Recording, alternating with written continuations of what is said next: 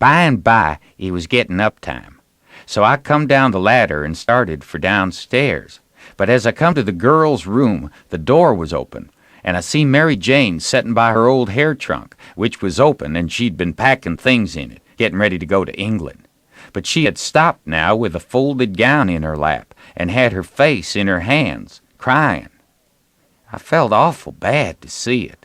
Of course anybody would. I went in there and says, "Miss Mary Jane, you can't bear to see people in trouble, and I can't, most always. Tell me about it." So she done it. And it was the niggers. I just expected it.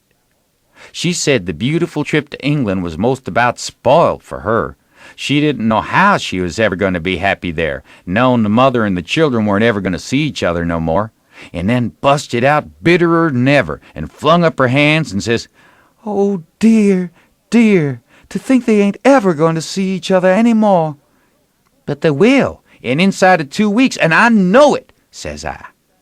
Laws, it was out before I could think. And before I could budge, she throws her arms around my neck and told me to say it again, say it again, say it again.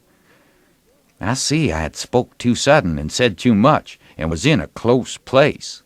I asked her to let me think a minute, and she sat there, very impatient and excited and handsome, but looking kind of happy and eased up, like a person that's had a tooth pulled out.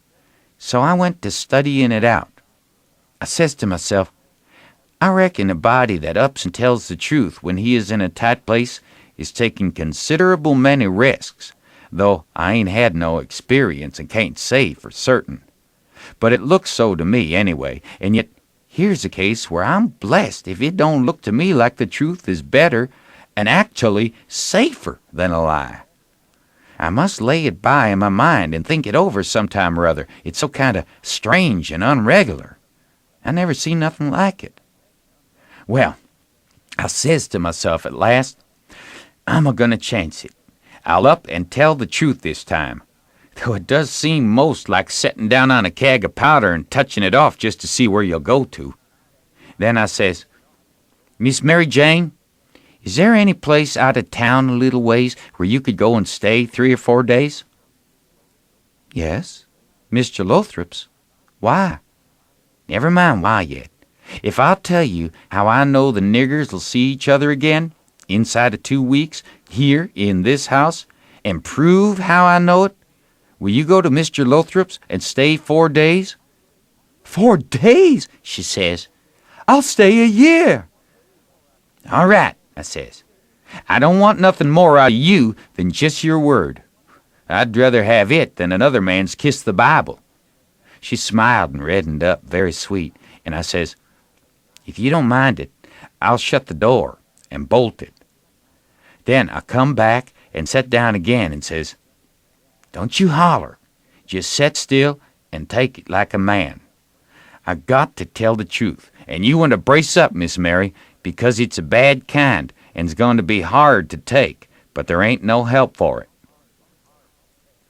These uncles of yourn ain't no uncles at all. They're a couple of frauds, regular deadbeats. There, now we're over the worst of it. You can stand the rest middlin' easy." It jolted her up like everything, of course, but I was over the shoal water now, so I went right along, her eyes a-blazing higher and higher all the time, and told her every blame thing, from where we first struck that young fool going up to the steamboat, clear through to where she flung herself onto the king's breast at the front door, and he kissed her 16 or 17 times. And then up she jumps with her face afire like sunset and says, "The brute! Come, don't waste a minute, not a second. We'll have them tarred and feathered and flung in the river."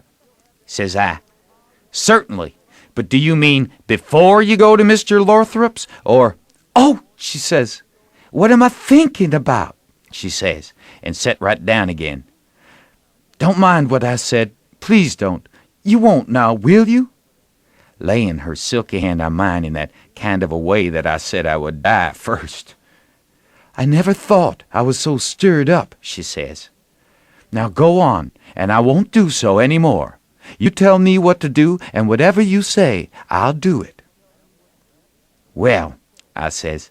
It's a rough gang, them two frauds, and I'm fixed so I got to travel with them a while longer, whether I want to or not. I'd rather not tell you why. And if you was to blow on them, this town would get me out of their claws, and I'd be all right, but there'd be another person that you don't know about who'd be in big trouble. Well, we got to save him, ain't we? Of course. Well then, we won't blow on 'em. Saying them words put a good idea in my head. I see how maybe I could get me and Jim rid of the frauds, get them jailed here, and then leave.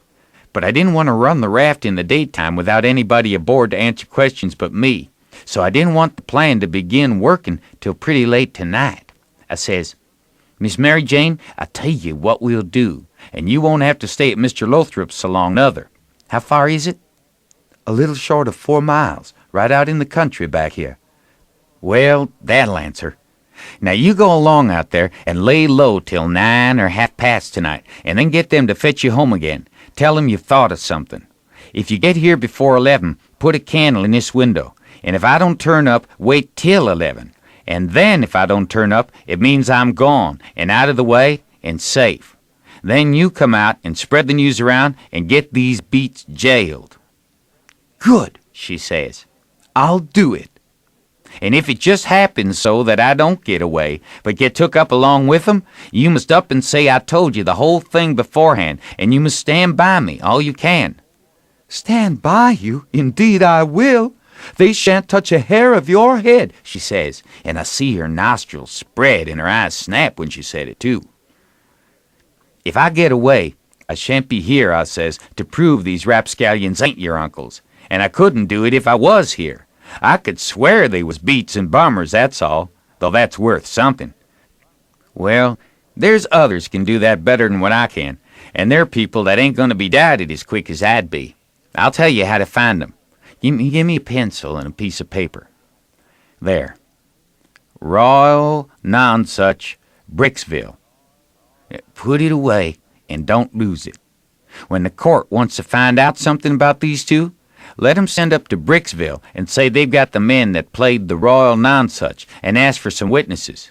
Well, you'll have that entire town down here before you can hardly wink, Miss Mary, and they'll come a-bilin' too.